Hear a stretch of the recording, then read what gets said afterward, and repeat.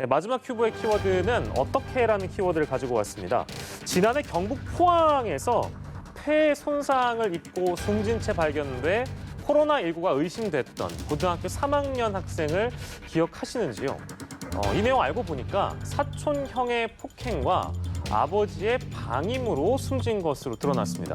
어떻게 이런 일이 벌어진 것인지 이 사건도 저희가 좀 들여다보도록 하겠습니다. 그때 당시 돌아가 보면 숨진 고3 학생은 코로나19로 의심을 받았는데 네.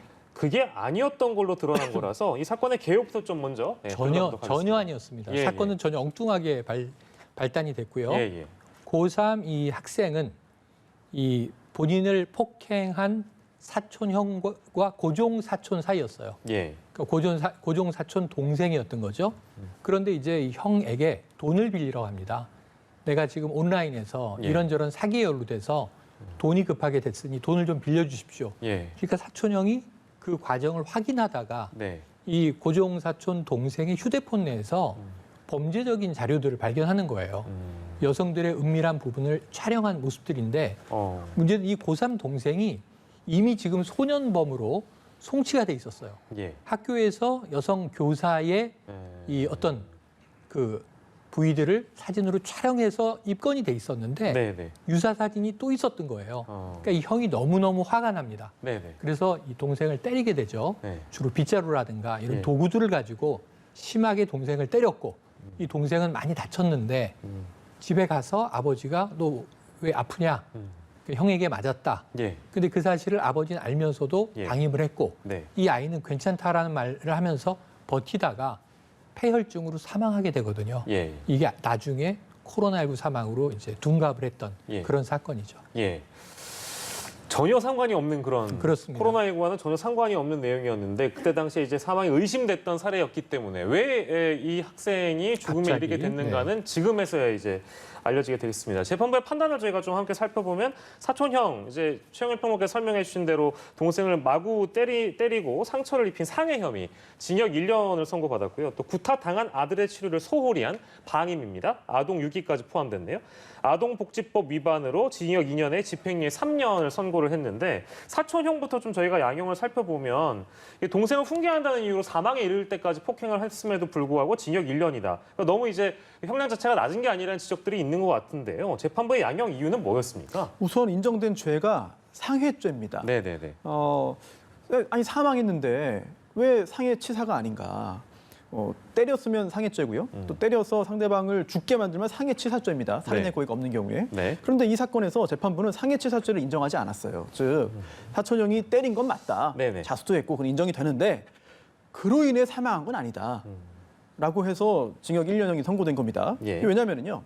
애초에 그 사망한 원인이 이 사촌형이 나무 빗자루로 훈계하면서 뭐 팔다리 등을 이제 때린 거예요. 네. 그런데 설령 이거 뭐 잘못한 거죠. 상해니까. 네네. 뭐 훈계 목적이 있지만 잘못을 한 겁니다. 범죄입니다. 하지만 이렇게 나무 빗자루로 팔다리를 때렸는데 이거를 제대로 치료받지 않아서 또는 치료를 받지 못해서 이게 폐혈증으로 진전되고 그로 인해 사망한다? 예. 이거는 사촌형, 때린 사촌형 입장에서도 이걸 예견할 수 없었다는 거죠. 그러니까 고의로 그런 것은 아니었다. 예견할 수 없다는 거죠. 예견할 수 없다. 일단 사망 관련해서 죽이려고 한 것도 아니고 살인의 예. 고의가 있는 것도 아니고 예. 또 상해의 고의만 있었는데 그로 인해 사망할 줄은 몰랐다. 네네. 알 수 없었던 것이다. 따라서 상해치사가 아니라 상해죄가 인정됐고요. 예. 또 자백도 했고 예. 또 뉘우치기도 했고 또 그 전에 여러 가지 이 사촌형이 보호자 역할을 했습니다. 즉 피해자, 숨진 동생이 여러 가지 잘못을 했을 때 예. 함께 찾아가서 사과도 하고 그리고 또 대신 또 채무도 변제해주기도 하고 네. 이런 걸 볼 때 훈계 과정에서 우발적으로 발생한 일이다. 예. 이런 것들을 종합적으로 고려해서 비록 동생이 사망했지만 이 사촌형에게는 징역 1년형이 선고됐습니다. 예, 실제 재판부는 훈계에 좀 방점을 찍은 것이고 이게 사망에 이를 그 고의성이라는 것은 포함되지 않았다라고 우발적 범행으로 보인 것이다 해서 징역 1년의 선고가 내려진 것이고 저희가 그 방임 또 아동 유기 혐의 징역 2년에 집행유예 3년인데요. 아버지에 대해서는 집행유예를 선고한 부분에 대해서 이 부분은 또 어떻게 봐야 되는지도 궁금한데요. 네, 이게 아까 소 변호사님 말씀처럼 예. 실제로는 폭행을 해서 초기에 상처를 입은 것은 사촌형의 잘못이지만 네네네. 방치해서 사망까지 이르게 된 건 아버지의 방임의 책임이 커요. 근데 이제 아버지도 물론 이 정도의 이제 심한 내상이 있었는지는 몰랐을 수 있습니다만 네. 또 이제 사촌 형이 워낙 이 자신의 이제 동생처럼 자식처럼 잘 돌봐주니까 믿고 맡겼던 점도 있겠습니다만 예. 그래서 평소의 생활 습관을 보아서 자 어쩔 수 없이 발생한 일이다. 집행유예를 이제 선고한 것 같은데요. 그럼에도 불구하고 이 한 명의 청소년이 사망하지 않았습니까? 네. 물론 이제 격분할 만한 여러 가지 이제 정황과 일들이 벌어집니다만 이렇게 허무하게 사망으로 갔을 때 자, 아버지 집행유예는 상당히 좀 경한 죄로 처벌한 것 같다는 생각을 가져봅니다. 예, 알겠습니다. 요 사건까지 저희가 오늘 만나봤고요. 세 가지 사건 함께 해봤습니다. 최영일 시사평론가, 손수호 변호사와 사건 큐브 함께했습니다. 고생하셨습니다.